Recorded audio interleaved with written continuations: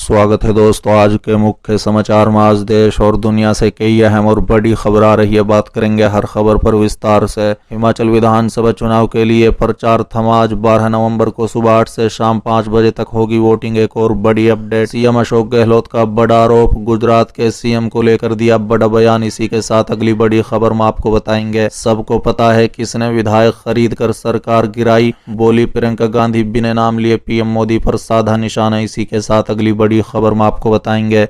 पंचायत चुनाव में वोटरों की जगह अपनी मर्जी से ईवीएम का बटन दबाने वाली महिला पर कार्रवाई। एक और बड़ी अपडेट, अखिलेश ने लगाया था सपा मतदाताओं के नाम काटने का आरोप, अब चुनाव आयोग को भेजा जवाब। इसी के साथ अगली बड़ी खबर में आपको बताएंगे। मोदी इसलिए प्रधानमंत्री बन सके क्योंकि कांग्रेस ने संविधान की रक्षा की, खड़गे का बड़ा बयान। तो चलिए देख लेते आज की पहली बड़ी खबर। हिमाचल विधानसभा चुनाव के लिए प्रचार थमा। आज 12 नवंबर को सुबह 8 से शाम 5 बजे तक डाले जा रहे हैं वोट। दरअसल दोस्तों, हिमाचल प्रदेश में विधानसभा चुनाव के लिए आज 12 नवंबर यानी शनिवार को मतदान हो रहा है। वोट सुबह 8 से शाम 5 बजे तक डाले जा रहे हैं। वहीं चुनाव के लिए रविवार को चुनाव प्रचार थम गया था। राज्य में 12 नवंबर को होने वाले मतदान में 55,92,828 मतदाता चुनावी मैदान में उतरे। 412 प्रत्याशियों के भाग्य का फैसला करेंगे। बता दें कि कुल 55,92,828 मतदाताओं में से 67,559 सेवा मतदाता, 22 प्रवासी भारतीय मतदाता, 55,25,247 आम आदमी मतदाता तथा 28 थर्ड जेंडर मतदाता शामिल हैं। बता दें कि हिमाचल में विधानसभा चुनाव के तहत 7,881 मतदान केंद्र स्थापित किए गए हैं। इसमें 7,235 ग्रामीण और 646 शहरी क्षेत्र में है। चलिए अगली खबर, सीएम अशोक गहलोत का बड़ा आरोप, गुजरात के सीएम को लेकर दिया बड़ा बयान। दरअसल दोस्तों, राजस्थान के मुख्यमंत्री और गुजरात चुनाव में कांग्रेस के सीनियर ऑब्जर्वर अशोक गहलोत ने गुजरात के सीएम भूपेंद्र पटेल के जिद्दी मुख्यमंत्री बताया है। उन्होंने कहा है कि कांग्रेस सहित सभी मोरबी हादसे के न्यायिक जांच की मांग कर रहे हैं, लेकिन वहां के सीएम भूपेंद्र पटेल और बीजेपी नेता जांच के लिए तैयार ही नहीं है। उन्होंने हिमाचल प्रदेश में कांग्रेस की एक तरफा जीत का दावा करते हुए कहा कि गुजरात में भी अब जनता बदलाव चाहती है। बता दें कि मोरबी हादसे को कांग्रेस ने गुजरात चुनाव में अपना बड़ा मुद्दा बना रखा है। ऐसे में गुजरात के सीनियर ऑब्जर्वर अशोक गहलोत ने अपने लगातार गुजरात के चुनावी दौरों के बाद एक बार फिर से इसकी आड़ में ही बीजेपी को घेरने की कोशिश की है। उन्होंने गुजरात के सीएम भूपेंद्र पटेल और बीजेपी नेताओं को जिद्दी करार देते हुए कहा है कि कांग्रेस सहित सभी लोग हाई कोर्ट न्यायाधीश से मामले की जांच की लगातार मांग कर रहे हैं, लेकिन गुजरात के सीएम इसे मानने के लिए तैयार ही नहीं है। उन्हें बताना चाहिए कि हाई कोर्ट के सिटिंग या रिटायर्ड जज से जांच कराने में क्या तकलीफ हो सकती है। उन्होंने दावा किया कि कोरोना काल में गुजरात की सबसे खराब हालत के साथ साथ मोरबी हादसे एक बड़ा मुद्दा भी बन गया है और बीजेपी कुशासन से भी वहां के लोग परेशान हैं, जिसके चलते इस बार गुजरात के लोग बदलाव लाएंगे। गुजरात के सीनियर ऑब्जर्वर और राजस्थान के सीएम अशोक गहलोत ने आगे कहा है कि हमने मोरबी हादसे की जांच हाई कोर्ट के न्यायाधीश से जांच कराने की मांग की थी। गुजरात के सीएम और बीजेपी के नेता बड़े जिद्दी हैं, जांच नहीं करवा रहे हैं। जिद्दी लोग हैं, जिद्दी मुख्यमंत्री है, जिद्दी नेता हैं। हाईकोर्ट के सिटिंग या रिटायर्ड जज से जांच कराने में क्या तकलीफ हो सकती है, कम से कम आगे के लिए तो भय बना रहे। हमारे यहाँ तो ऐसे मामले में आयोग बना है, रिपोर्ट दी है, सजा मिल रही है, लोगों को लोग जेल जा रहे हैं। आगे ऐसी घटनाएं नहीं होंगी, यही तो होता है कमीशन का मतलब। वो भी नहीं कर रहे हैं लोग। अजीब आदमी है, हमने दबाव बना रखा है। इन्हें मोरबी हादसे के लिए कमीशन बिठाना चाहिए। मोरबी हादसा बहुत बड़ी घटना है, इसका भी असर है। गुजरात में वहीं की सरकार ने कोरोना में बर्बाद कर दिया।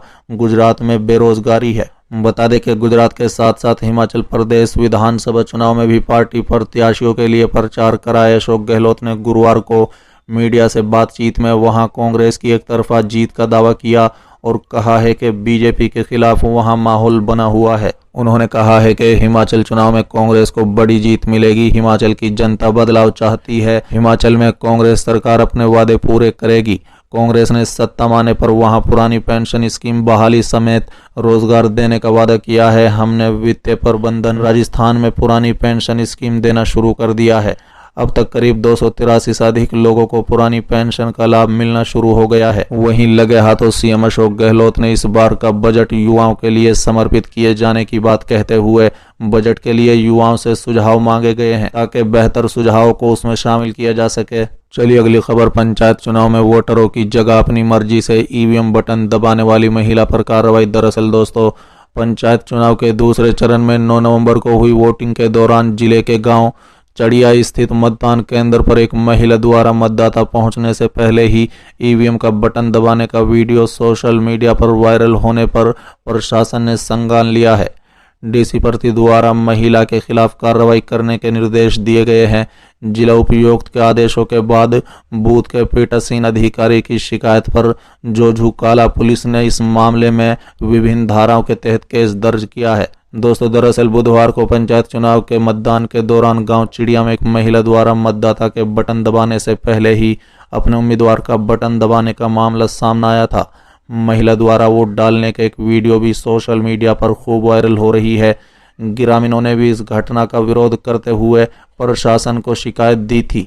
वायरल वीडियो पर संज्ञान लेते हुए जिला उपायुक्त ने संबंधित आरोपों की महिला व दोषी अधिकारियों के खिलाफ कार्रवाई करने के दिशा निर्देश जारी किए हैं। डीसी के निर्देशों पर बूथ के पीठासीन अधिकारी विजयवीर द्वारा पुलिस में शिकायत दी गई। चलिए अगली खबर। अखिलेश ने लगाया था सपा मतदाताओं के नाम काटने का आरोप, अब चुनाव आयोग को भेजा जवाब। दरअसल दोस्तों, उत्तर प्रदेश विधानसभा चुनाव को लेकर समाजवादी पार्टी ने चुनाव आयोग पर आरोप लगाया था कि सपा मतदाताओं के वोट काटे गए। इसे लेकर चुनाव आयोग ने पार्टी को नोटिस थमाया और अब सपा ने ईमेल के जरिए अपना जवाब दाखिल कर दिया है। मांग की गई है कि इस मामले की जांच के दौरान पार्टी के प्रतिनिधि को भी शामिल किया जाए।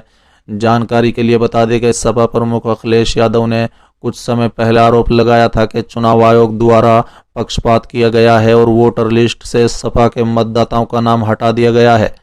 इस आरोप पर जमकर सियासत हुई थी और चुनाव आयोग ने भी तुरंत सपा को एक नोटिस दिया। मांग की गई थी कि पार्टी अपने इन दावों को सबूत के साथ सिद्ध करे।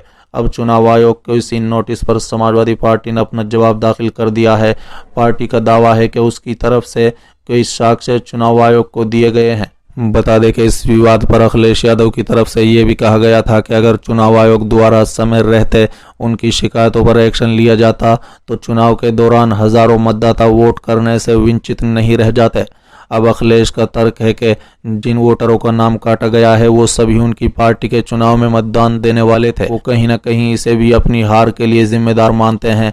अब चुनाव आयोग सपा के जवाब से कितना संतुष्ट होगा ये आने वाले कुछ दिनों में स्पष्ट हो जाएगा। चलिए अगली खबर। 68 में से 21 सीटों पर उतरे बीजेपी के बागी, कांग्रेस में भी जमकर बगावत। हिमाचल में त्रिशंकु होंगे नतीजे। दरअसल दोस्तों, हिमाचल प्रदेश विधानसभा चुनाव में भाजपा और कांग्रेस के बीच कड़ी टक्कर देखने को मिल सकती है। दोनों ही दलों के लिए सबसे बड़ी चुनौती तो उनके बागी नेता ही खड़े कर रहे हैं।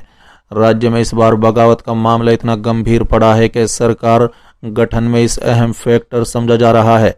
बता दें कि अगर किसी भी पार्टी के पूर्ण बहुमत नहीं मिला तो बीजेपी के लिए बागियों को अपने साथ लाना आसान नहीं होने वाला है।